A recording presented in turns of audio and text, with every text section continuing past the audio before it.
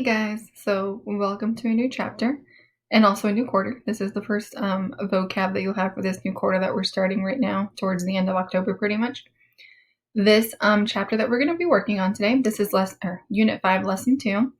It's also it's also partially, in your textbook, but mostly going to be in the vocab list that I usually type up and also post on Canvas for you. So I'm starting off with the textbook just because there are a few pictures that might kind of help you out, but for the most part, you have all the definitions in that vocab list that I type up for you instead. So you kind of have everything, because a lot of times we end up reusing some vocab or like really old words that maybe you haven't heard exactly as a Spanish 2 thing. And so I added to the list because it's something that we're going to be dealing with for that specific chapter. So always start with your list. It's like your easiest bet. Either way, we are going to start with the book, at least for this little mini lesson. This is a part of what you're going to be seeing on that vocab list that's typed up.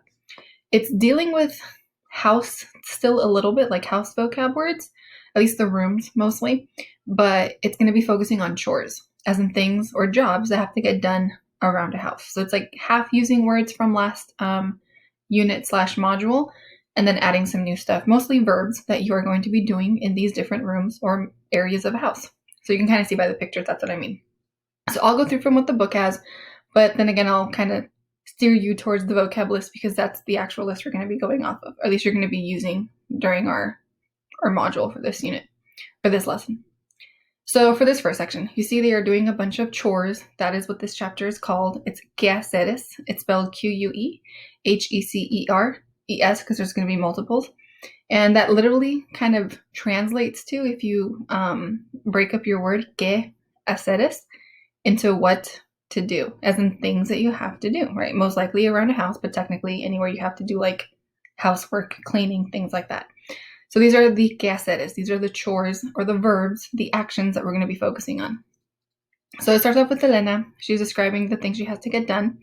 And they're going to be doing this for a party. So like they're prepping the house, they're prepping the backyard and everything to have guests over. So they're going to have a couple of like specific chores that they're doing that are more like party decorating chores, and not exactly something you might be doing every day or every week in your own house. But just know that's like the scene that we're in, and so that's why you have decorating as a chore. It's she says, "Hola, soy Elena. Vamos a dar una fiesta." So we're going to give or throw, I should say, a party, porque es el cumpleaños de Manuel, because it's Manuel's birthday, her brother. Pero es un secreto. It's a secret. So that's what I'm saying. This is the scene, right, for a party.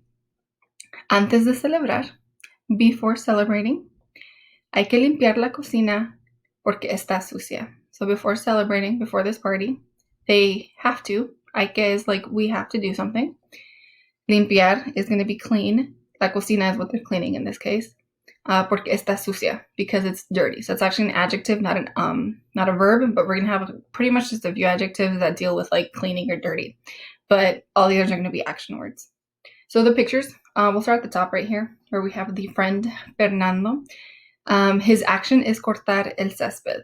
We know cortar is an action word because it ends with an AR. So all of these mostly are going to deal with AR words because they're the most common. You'll have a few ERs, of course, or IRs as well, but most of them will be AR verbs. So cortar el césped, to cut or mow, kind of depending on how you want to see it.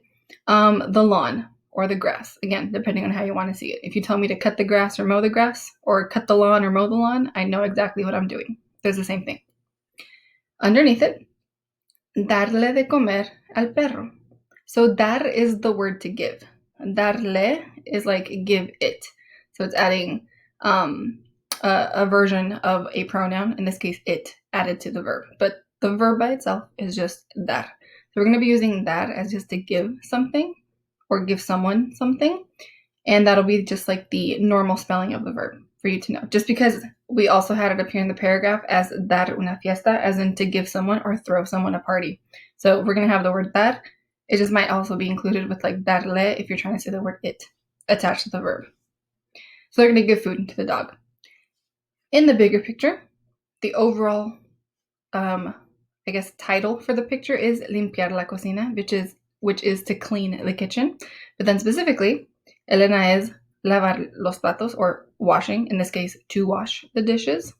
Barrer el suelo, which is to sweep the floor.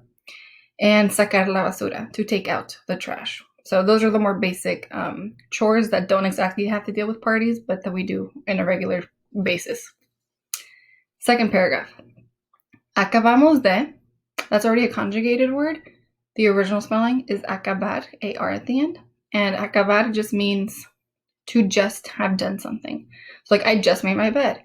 I just folded laundry. I just took out the trash, whatever you just did. So she's saying acabamos de limpiar la cocina. She's saying we just cleaned the kitchen, but todavía tenemos que trabajar. But we still have to work, obviously, for the rest of the house. Toda la casa, the entire house. Debe, it just means should. That's not a verb. That's just kind of like an extra word we're throwing in here. So debe, it should. Estar limpia, it should be clean. So some of the things that she did to make it clean. Hacer la cama, to make or to do. We use hacer to mean both, to make or to do. Either way, to make a bed. Her dad has planchar la ropa, to iron clothing. We have Fernando again, pasar la aspiradora, down at the bottom, which literally pasar means to like pass something around, in this case, the vacuum. So pasar la aspiradora means to vacuum. It's just specifically, like word for word, it means to pass the vacuum, but we mean it to vacuum. So awkward spelling, but that's literally what it means. A couple of extra verbs that you will be using. Abrir, to open. Buscar, to look for, especially if you're trying to clean and trying to find something, right? Invitar a, that's because of the party, to invite. Recibir, to receive something, also more party related. Salir, to leave or to go out. Maybe you have to clean before you're allowed to leave or go out with friends.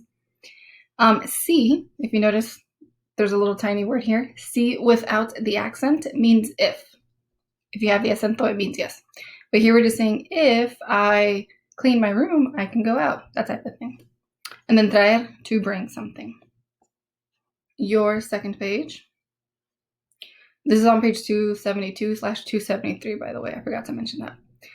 We have a couple of more chores / party related words. So, parte C.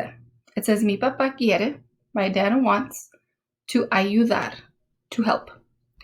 Con los quehaceres. So, her dad wants to help with the chores. Pero no cocina muy bien. But he doesn't cook very well. Cocina is a conjugated verb for cocinar with an R at the end. So originally, as in last unit, if you just saw cocina, you thought kitchen. At least I'm hoping you thought kitchen. Now you can say cocina, and it can be that one person, like conjugated for one person did, cook in this case. So cocinar with an R is the verb. Cocina without the R can be the place, as in kitchen, or the action that someone has already done, as in it's spelled to fit the person. So it can mean two things. Luckily, because it's like the same word pretty much and they look exactly the same, you'll know what they mean just because it'll be connected to a kitchen. And what do you do in a kitchen? Most likely cook. So hopefully that's a bit of a hint that helps you remember what the word means, because now you have it as an action, a noun, and as a verb, right? A noun and a verb. I don't know why I said action for verb. But either way, it's a place and it's going to be an action that you do as well. Last sentence. So the dad prefiere poner la mesa. He prefers to set the table. And you can kind of see both pictures for the both verbs. Cocinar, to cook. So because the dad's not a good cook, the mom's going to cook. And the dad is going to set the table. Poner la mesa. This is where more of the party prep comes in. So, son las 4. It's 4 o'clock. Y los invitados, the guests, looks a little bit like invitar, to invite, because that's the people that are invited to come, the guests in this case. So it's 4 o'clock and the guests van a venir, are going to arrive a las 5. So they have an hour left. Papá pone las decoraciones. Again, the dad is going to put the decorations up or set up the decorations. Y Fernando, the friend who's helping him out, envuelve el regalo. He's going to wrap. So if you notice above him, envolver is to wrap. It's just that it's conjugated to fit him. And it is going to be a boot verb. So we're going to talk about boot verbs a little bit again. So what he's using to envolver, to wrap this gift, is el papel de regalo, gift wrap, and el regalo, whatever the gift was. I didn't mess up, but I forgot We had decorar, to decorate, and then the things he was decorating were, of course, las decoraciones, just decorations in general, but specifically el globo, or a balloon. So los globos would be the balloons as in multiple. In this case, it's just a singular that they're showing you. Don't worry too much about the decorating aspect of this. We're mostly focusing on these actions, on these verbs, because we use verbs when it comes to most of the material in our stuff, in like the rest of our module. So of course we'll be using most of these verbs. You'll be learning how to conjugate them, and now that we're doing the preterite, or at least you're going to in about a week or so, which is like the normal past tense, we're going to be using these. As in, I threw someone a party. I took out the trash, things that you might have done in the past. So don't get stressed about the party aspect. It's just the context that it's in. All right, so part E. Cuando Manuel llega, so when Manuel ends up showing up, when he arrives to this surprise party, todos dicen sorpresa. Everyone says surprise. Yo canto, because it's Elena talking. So I sing feliz cumpleaños. Yo canto feliz cumpleaños. Y mis padres bailan. And the parents ended up dancing. So that is la fiesta de sorpresas. That's the birthday party, the surprise birthday party that they threw him. These are los invitados, all the guests. She says cantar, but she changed it for herself. Yo canto, so she changed. But of course, this is a present tense. We're not talking about the past yet. We're going to get to that in a bit. So yo canto, back to the normal spellings that you kind of already know how to do. And then the parents bailan, because of course both of them danced. So these are just going to be the verbs that we use in order to kind of practice and learn, because you haven't exactly had it yet. The preterite, or the like basic past tense, you could say, for this unit, for this module that we're in. So we're going to start, of course, by just learning what these verbs are. Probably use them in the present because we kind of know how to do that from last year already. But once we start next week, actually get into changing them for the preterite tense, as in the past tense, not the imperfect. Because remember, hopefully, you remember at least, that the imperfect is kind of like a stepping stone between the present and the past. Because present is just right now, this is happening. Past is that happened back then. Imperfect is that happened back then and kind of continued into now. So it's like the middle ground for both of them. So now that we did the middle ground of that, this module, we're going to focus on pretty much just the past by itself. As in, it happened back then, it stayed back then. So we're going to learn the words, as in the verbs, this week. We're going to practice changing them into the past tense, the preterite, for next week and the next couple of weeks after that. I hope this was relatively easy to understand. It's mostly vocab. It's not going to be like too difficult, I'm hoping. I recommend you look at that list, because that is where everything is going to be, and kind of laid out nice and neat, not just kind of mixed in with like surprise and decorations and all that other stuff, but focusing on verbs. We're going to be practicing the verbs next couple of weeks. I will stop you guys here. This is your first lesson. I should have already posted it, because I always do. But I'm going to do the little videos on how to do preterite with the couple of verbs that we usually practice. And then, of course, we're going to be adding these in the practice that we do.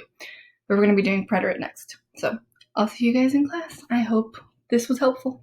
Adios.